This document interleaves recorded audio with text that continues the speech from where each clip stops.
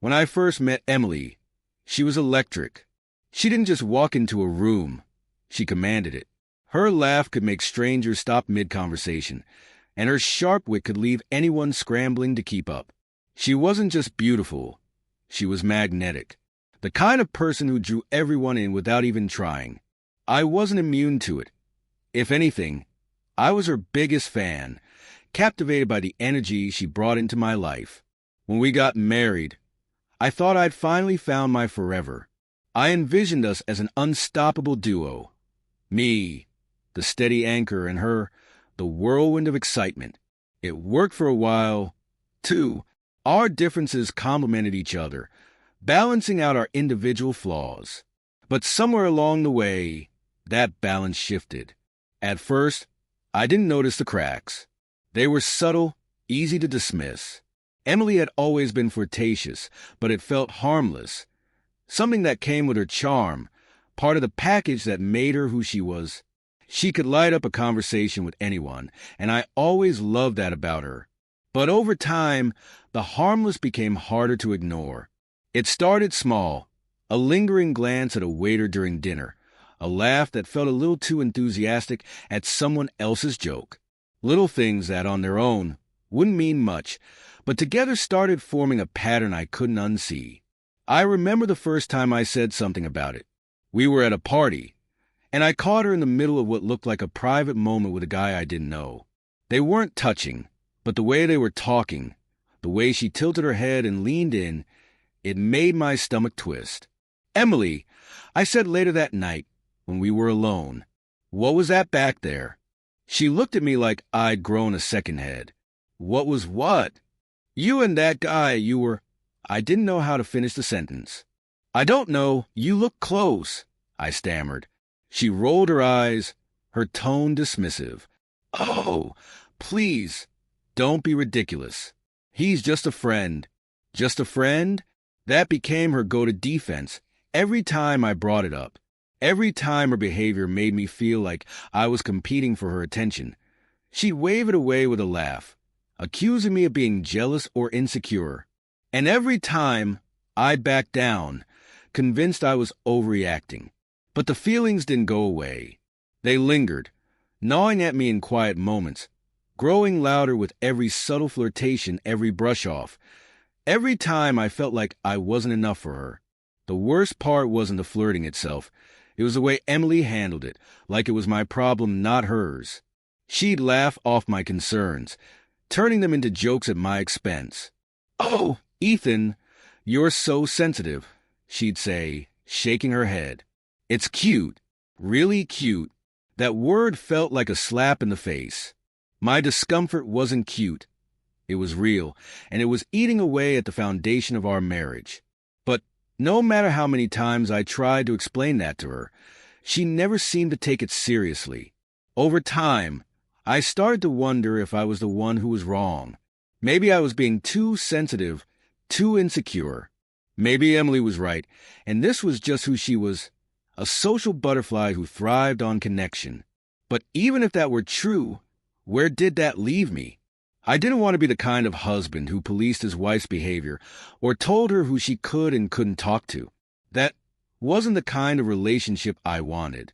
But I also didn't want to feel like an afterthought in my own marriage, like I was constantly fighting for scraps of her attention while she gave her best self to everyone else. The turning point came about a year into these feelings. We were at another party, one of those glitzy, over-the-top events Emily loved so much. She was in her element, mingling effortlessly while I hung back, nursing a drink and trying to blend into the background. That's when I saw it, her, standing across the room, laughing at something another man had said. I didn't recognize him, but it didn't matter. What mattered was the way she looked at him. Like he was the most interesting person in the world, like she was giving him a part of herself I hadn't seen in years. I felt something inside me snap, not anger, exactly, but more like resignation. This wasn't a one-time thing, and it wasn't going to change. Emily loved the attention, the validation, the thrill of being wanted. And no matter how much I loved her, I couldn't compete with that. Later that night, When we were driving home, I tried one last time to reach her. "Emily," I said, my voice steady but heavy, "do you even see what you're doing to us?" She glanced at me, confused. "What are you talking about? You think I don't notice the way you act around other men?" I continued, "The way you light up for them, like I'm not even there." For a moment, she didn't say anything. Then, with a smirk, she said, "Oh, Ethan, you're imagining things." Imagining things.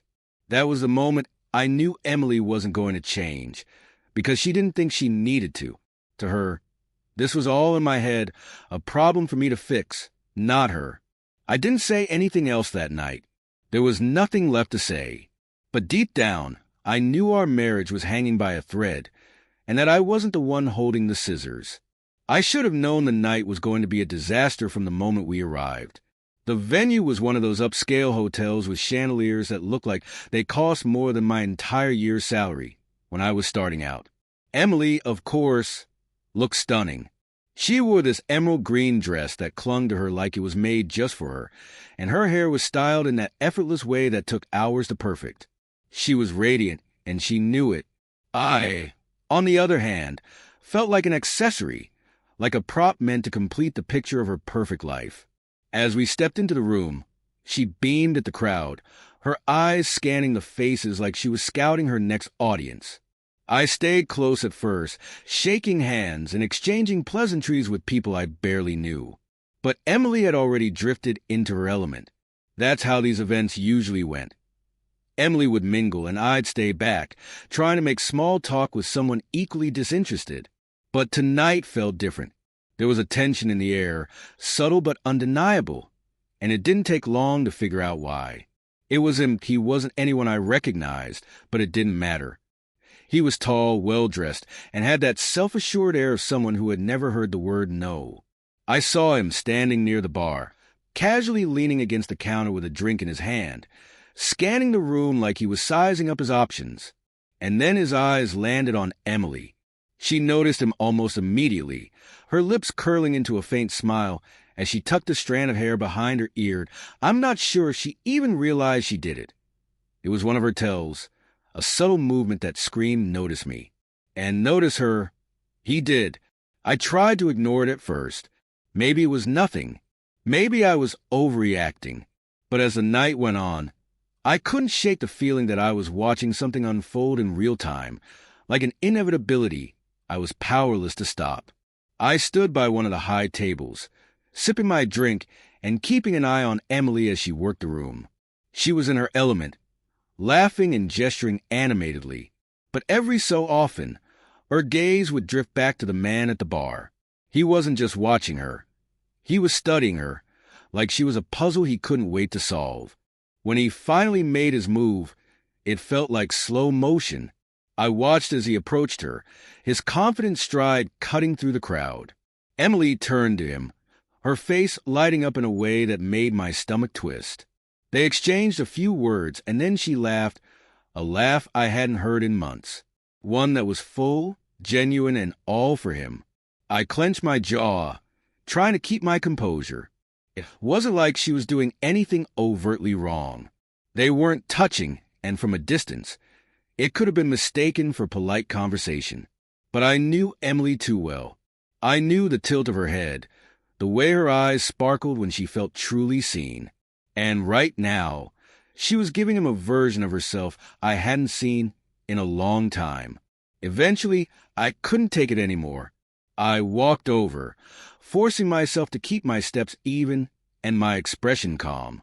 Emily saw me approaching and smiled, though it didn't quite reach her eyes.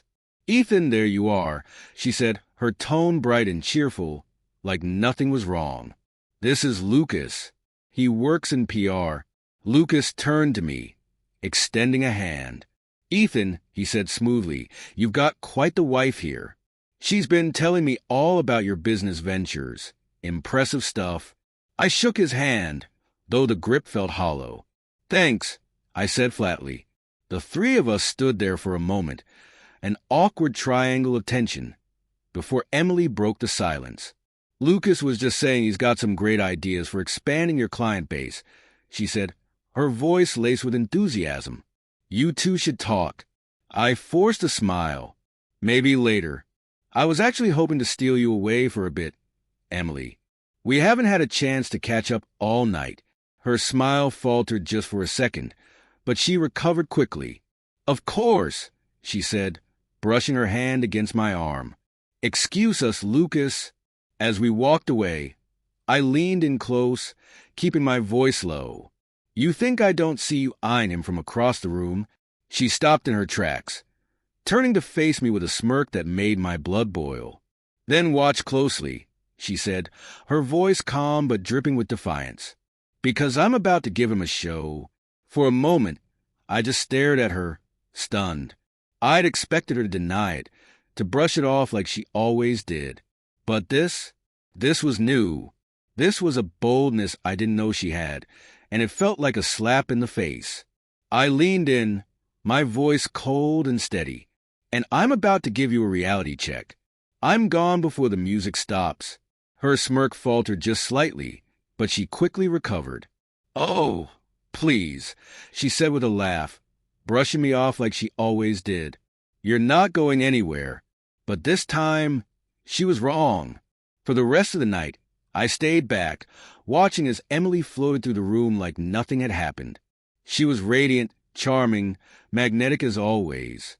But to me, she looked like a stranger, someone I no longer recognized, no longer wanted to fight for. By the time the night ended, I'd already made up my mind. The reality check wasn't for Emily. It was for me. I couldn't keep pretending this was something we could fix. I couldn't keep pretending Emily was someone she wasn't. As we left the party, walking to the car in silence, I felt a strange sense of calm. I knew what I had to do, and for the first time in a long time, I wasn't afraid to do it. By the time we got home from the party, the silence between us was deafening. Emily had spent the entire car ride scrolling through her phone, pretending like nothing had happened, like we hadn't exchanged the kind of words that left permanent cracks in a marriage. I drove in silence, my knuckles tight around the wheel, my mind racing with everything I'd been holding back for far too long. When we walked into the house, she kicked off her heels and went straight for the kitchen, pouring herself a glass of wine like it was any other night.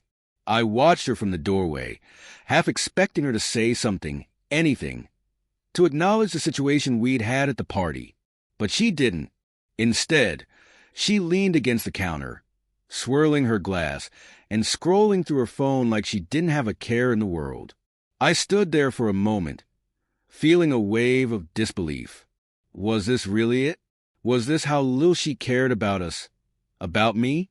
Part of me wanted to yell, to demand an explanation, to force her to admit what she'd been doing. But another part of me, the part that was exhausted from years of trying to hold us together, just wanted to walk away. "You really don't care, do you?" I finally said, my voice calm but heavy. She glanced up at me, her expression unreadable. "Care about what?" she asked, her tone bored. "About us. About what you've done to this marriage. About how you've treated me." Emily sighed, setting her glass down on the counter. "Ethan, you're being dramatic again. Nothing happened. I talked to a guy at a party. Big deal. It's not just about the party, Emily. She was just trying to alleviate her guilt rather than truly address what had gone wrong between us. I couldn't keep chasing something that wasn't there anymore. The words came too late, and the damage was already done. A few weeks passed, and I focused on moving forward. It wasn't easy, but it felt necessary. I had moments of doubt. Was I being too harsh? Had I overreacted? But every time I thought about going back, I remembered the emptiness, the way she had shut me out for so long. I remembered how she never seemed to care enough to change, to try. Tom checked in on me now and then, always cautiously, like he wasn't sure if he was on the right side of things. I appreciated it, but I wasn't looking for validation. I was just looking for peace. Then one day, as I was sitting at home, sipping a coffee and flipping through some old photos, my phone buzzed again. This time, it wasn't a text from Jenna. It was an email. The subject line caught my eye. I finally understand. I hesitated before opening it, but when I did, her words hit me in a way I wasn't expecting. "Ethan, I'm sorry. I don't know how to say this, and I'm sure it's too late, but I need you to know that I see now how much I've hurt you. I've been so caught up in my own world, I didn't stop to think about you, about us. I was selfish. I know I pushed you away, and I didn't realize how much it was tearing you apart. I regret everything." The apology was thorough, raw, and filled with the kind of vulnerability I hadn't seen from her in years. But it didn't make me feel what I thought it would. It didn't feel like the closure I needed, because the truth was, I was already closed off. I'd moved on in ways I never thought I would. I sat there for a long time, thinking about everything she'd said.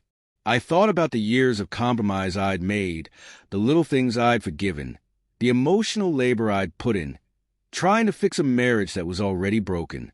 And yet, as I read through her words, I realized it wasn't even about whether or not I could forgive her.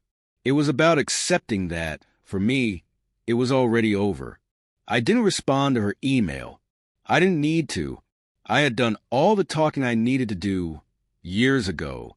What remained was simply the quiet aftermath of a decision that had already been made. A decision that, despite how painful it was, had given me the space to start moving forward. And for the first time, I felt like I was finally ready to let go for the first time in a long time. I felt like I was exactly where I needed to be. The emptiness that had gnawed at me for years, slowly, quietly, was finally starting to fade. I wasn't weighed down by the uncertainty or the constant push and pull of Jenna's absence and presence. I wasn't trying to fix someone who didn't want to be fixed. I was just me, navigating life on my own terms, without the shadow of someone else's expectations or chaos hanging over me. It wasn't perfect, but it was mine, and that, in itself, was a revelation. In the weeks that followed, I started embracing the small victories that came with reclaiming my life. I met people who saw me as I was, not as a part of someone else's narrative. I didn't have to explain myself. I didn't have to constantly measure my worth through the lens of a relationship that had only brought me pain. I was learning to be okay with just being. I knew Jenna was struggling. That much was clear from the occasional messages and the whispers that filtered through the people I still spoke with. But that wasn't my problem anymore. I couldn't keep stepping into her chaos, couldn't keep trying to save her. She had made her choices, just like I had made mine. And those choices had led us to this point. In the rare moments when I thought about her, it wasn't with anger or bitterness. It was a quiet sadness, a recognition of what had been lost. But even that sadness didn't consume me. It didn't define me. I could feel empathy for the person she was, but I no longer had the desire to go back to the person we had been. That version of us was gone, and it wasn't something I could resurrect. Sometimes I still wonder what might have been, if she had changed, if I had been enough. But those thoughts became less frequent, less sharp. They faded, as all things do, when you stop feeding them. I focused on the life in front of me, the life I was building. I continued to work, to reconnect with the world outside of the one I had shared with her. I filled my days with the small things that mattered, the things that had once been pushed aside for the sake of a broken marriage. Running, reading, cooking, conversations with friends who had never stopped caring about me. It felt like a new beginning, and it was exactly what I needed. In the end, I realized something important. Letting go wasn't about walking away from a relationship. It was about walking toward myself. I wasn't the man who had put up with years of dismissiveness, neglect, and betrayal. I wasn't the man who had waited for someone else to change in order for my life to be whole. I was the man who could stand on his own, who could love himself without needing anyone else's validation. And for the first time in what felt like forever, I was proud of that man. I knew that I would always carry the lessons of my past with me, but I didn't have to let them define my future. The future was mine to create.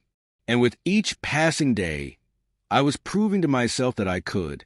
The text messages stopped coming, and the silence that followed felt like peace. It wasn't finality I was after, it was freedom. and I had finally found it. And for the first time in years, I wasn't afraid anymore.